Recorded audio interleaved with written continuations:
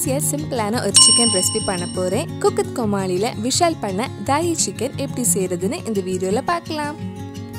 First chicken marinate பண்ணலாம். நான் இன்னைக்கு 1/4 கிலோ சிக்கன் எடுத்திருக்கேன். இதுல தேவையான அளவு உப்பு, 1/2 கப் ரொம்ப புளிப்பில்லாத தயிர் ஆட் பண்ணி ஒரு 30 நிமிஷம் ஊற வச்சிருங்க. இப்போ ஒரு கடாயில கொஞ்சமா எண்ணெய் ஊற்றலாம். எண்ணெய் சூடானதும் இதுல ஒரு பிரியாணி இலை, சின்ன பீஸ் பட்டை, 3 கிராம்பு, 3 ஏலக்காய், 1/2 டீஸ்பூன் நல்ல மிளகு சேர்த்து ஒரு 2 நிமிஷம் வதக்கலாம்.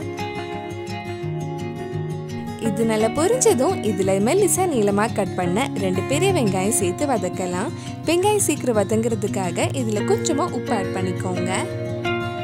நம்ம சேனல்ல இதுக்கு முன்னாடி நிறைய chicken recipe, non veg recipe, cook with கோமாளியோட ரெசிபிஸ் எல்லாம் பண்ணியிருக்கேன். நீங்க இன்னும் அந்த ரெசிபிஸ் எல்லாம் பார்க்கலைன்னா அதோட லிங்க் கீழே டிஸ்கிரிப்ஷன்ல இருக்கு. மறக்காம அந்த ரெசிபிஸும் போய் பாருங்க. வெங்காயம் கொஞ்சம் வதங்கி சாஃப்ட் ஆனதும் இதுல 1/2 டீஸ்பூன் இஞ்சி பூண்டு பேஸ்ட், 4 பச்சை மிளகாய் சேர்த்து வதக்கலாம்.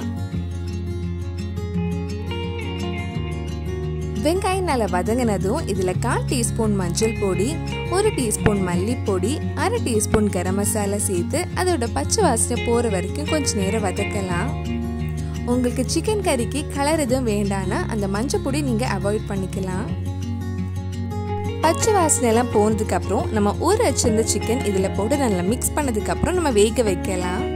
நான் இன்னைக்கு சிக்கன் ரோஸ் மாதிரி தான் பண்றேன். அதனால எக்ஸ்ட்ரா தண்ணி எதுவும் ஊற்றல. உங்களுக்கு கொஞ்சம் கிரேவியா வேணும்னா அதுக்கு ஏற்ற மாதிரி கொஞ்சம் தண்ணி ஆட் பண்ணிக்கோங்க.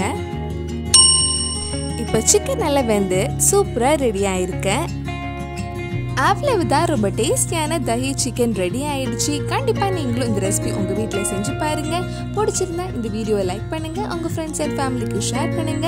வேற நல்லா குக் வித் கோமாளி ரெசிபி நம்ம சேனல்ல ட்ரை பண்ணலாம்னு கீழே கமெண்ட் பாக்ஸ்ல சொல்லுங்க. நீங்க இன்னும் என்னோட சேனலை சப்ஸ்கிரைப் பண்ணலைன்னா மறக்காம சேனலையும் சப்ஸ்கிரைப் பண்ணுங்க. கூடவே அந்த பெல் ஐக்கனை பிரஸ் பண்ணா நான் புது வீடியோ போட்டுடுமே உங்க போனுக்கு நோட்டிபிகேஷன் வந்துடும்.